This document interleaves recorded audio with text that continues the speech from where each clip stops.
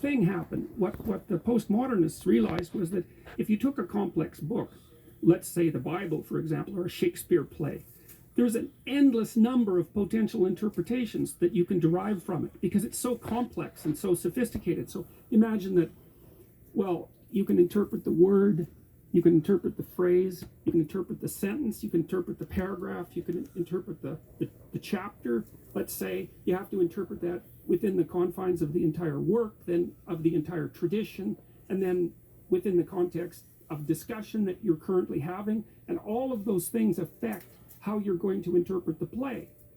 So that their conclusion was, well, there's an infinite number of ways to interpret a text. And then their conclusion was, well, there's an infinite number of ways to interpret the world. And there's a way in which that's correct. And so the next conclusion was, there's no right way to do it. So you could do it any old way. And then the next conclusion was, oh, and this is where the Marxism creeped up again. Oh, people interpret the world in a way that facilitates their acquisition of power. Now that's where the bloody theory starts to get corrupt.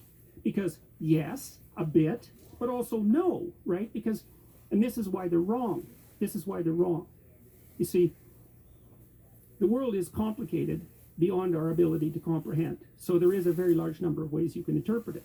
But you have to extract out from the world a game from your interpretation that you can actually play. So if the lesson that you extract from Hamlet is you should kill your family and yourself, then we might say that that's not a very functional interpretation, right? Because first of all, people are going to object to that, right? It ends your life, it ends many people's lives. People are going to object to it, and it isn't a game that you can play over and over again in the world. So when we're interacting with the world, you see, what we're trying to do is to extract out a set of tools that we can use to function in the world, because we're constrained by the world, so that we don't suffer too much, and so that the things that we need in order to continue can be provided. And we need to extract those out in a way that other people will cooperate and compete with us in a peaceful and maintainable way. So then you think, well, we have to extract out an interpretation that allows us to live and thrive over multiple periods of time in multiple environments while we're doing the same thing with other individuals who are motivated the same way. So there's a tremendous number of constraints on our interpretations, and the postmodernists don't care about that at all. All they do is say, well, no, you can interpret the world any way you want. All people are ever doing is playing power games based on their identity, and there's going to be no crosstalk between the power hierarchies. It's not even allowed. That's why they don't engage in dialogue.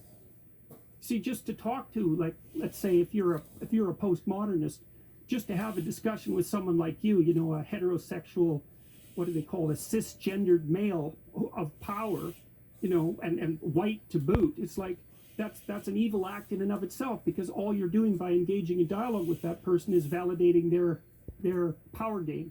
That's all. You see, and this is no aberration that these people don't engage in dialogue.